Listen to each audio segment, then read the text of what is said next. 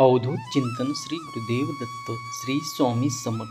स्वामी भक्तांनी कुठल्याही नकारात्मक घटनेत अडकू नये म्हणून स्वामी महाराज सतत प्रेरणा देतात आणि ते प्रेरणा देण्याचं एक छोटंसं माध्यम म्हणजे हे स्वामी संदेश असतात. आजचे स्वामी संदेश सांगण्यापूर्वी प्रत्येक स्वामी भक्तासाठी हा संदेश आहे. लक्षपूर्वक ऐका.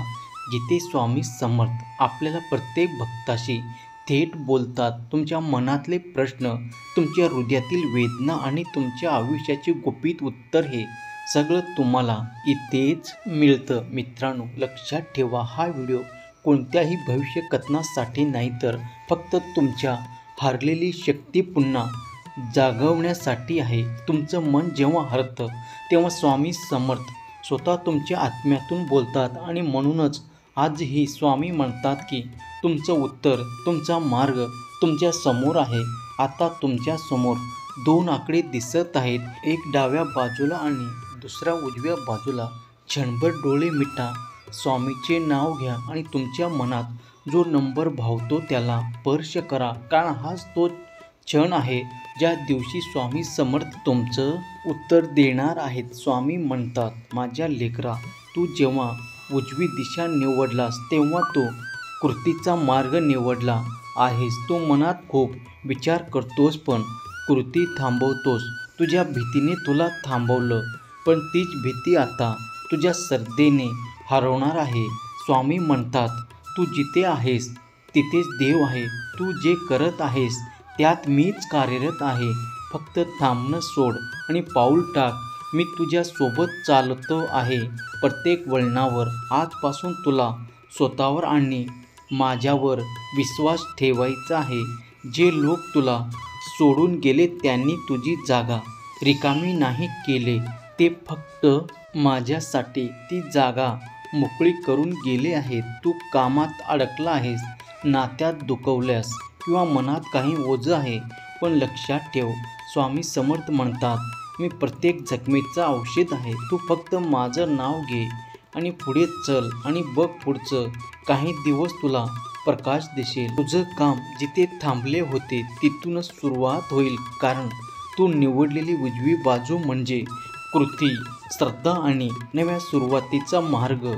स्वामी म्हणतात, माझ्या लेकरा, तू जेव्हा डावी दिशा निवडलास तेव्हा तू अंतर्मुखीचा मार्ग निवडला आहेस. तू बाहेरच सगळं बघतोस पण आपलं विसरतोस. स्वामी म्हणतात, तू काही निर्णय घाईने घेतलास. काही वेळा भावना तुझ्या विवेकावर भारी पडल्या आणि म्हणून आज मनात अशांतता आहे.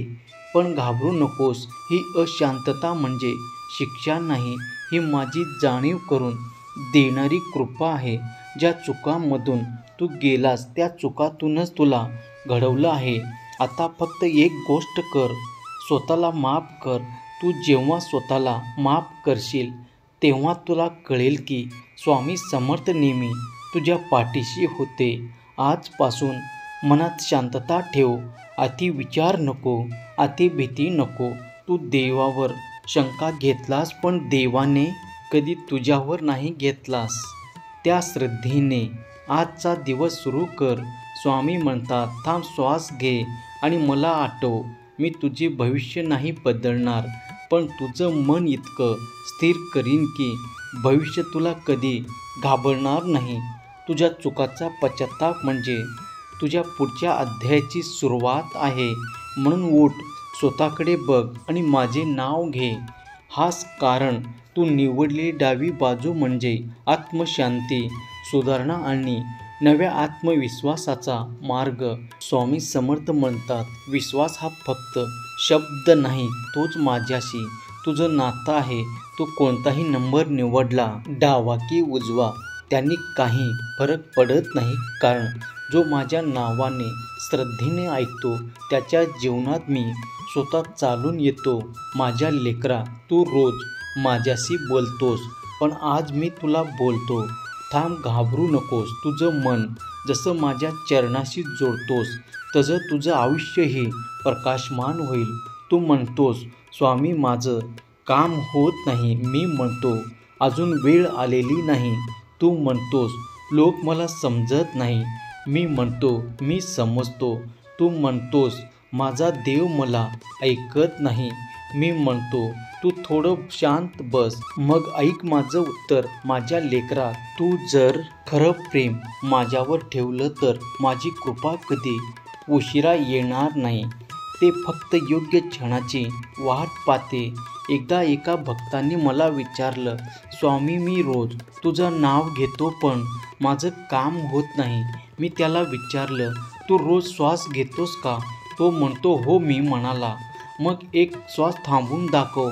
तो गप्प झाला. मी म्हणालो, जसा श्वास तुझ्या जीवनाचा आधार आहे तसाच विश्वास माझ्या कृपेचा आधार आहे.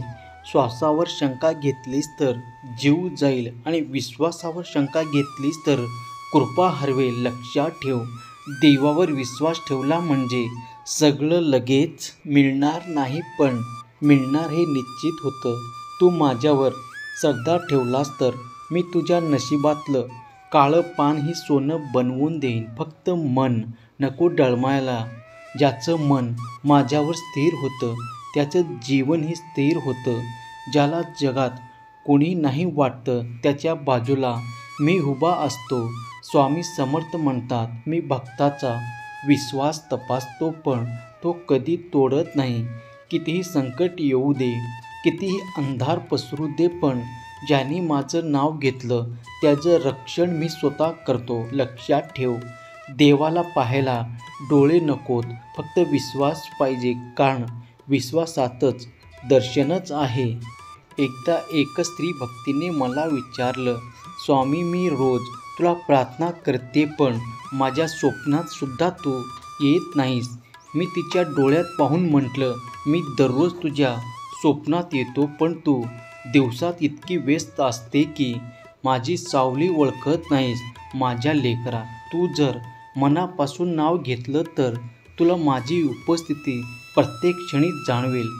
कधी मित्राच्या स्वरूपात, कधी आईच्या स्वरूपात, कधी नशिबाच्या वळणावर आणि कधी अश्रूच्या थेंबातही मीच असेल. म्हणून सांगतो, तू कोणताही नंबर निवडला तरीही तू माझ्या पायाशी आलास. डावा असो की उजवा, माझा आशीर्वाद तुझ्यावर सारखाच आहे. आजपासून एक गोष्ट मनात ठेव, जेव्हा अडचण येईल तेव्हा का मी असं विचारू नका. त्याऐवजी स्वामी या तुझं काय संकेत आहे असं विचारा. उत्तर मिळेल, कारण मी उत्तर देतो. तुमचं जीवन माझ्या कृपेने चालते. तुम्ही फक्त तुमचा विश्वास ठेवा की सर्व मार्ग उजळून टाकेल. मग म्हणूया सर्वांनी एकच स्वरात, ओम श्री स्वामी समर्थ महाराज की जय. जय जय रघुवीर समर्थ. श्री दत्त दिगंबरा. श्री स्वामी समर्थ. मित्रांनो, हा संदेश जर तुमच्या मनाला स्पर्श झाला असेल तर हा स्वामी समर्थाचा आशीर्वाद आहे. हा व्हिडिओ तुम्ही ऐकलात म्हणजे स्वामींनीच तुम्हाला इथे आणलं आहे. हा विश्वास तुमच्यात कायम ठेवा आणि दररोज सकाळी एकदा म्हणून बघा, स्वामी समर्थ माझ्यासोबत आहे म्हणून काहीच अशक्य नाही. व्हिडिओ आवडला असेल तर लाईक, शेअर आणि सबस्क्राईब करायला विसरू नका, कारण जेव्हा तुम्ही स्वामीचे नाव पुढे नेताय तेव्हा स्वामी समर्थ स्वतः तुमचा नाव वर नेत आहे. अवधूत चिंतन. श्री गुरुदेव दत्त. श्री स्वामी समर्थ.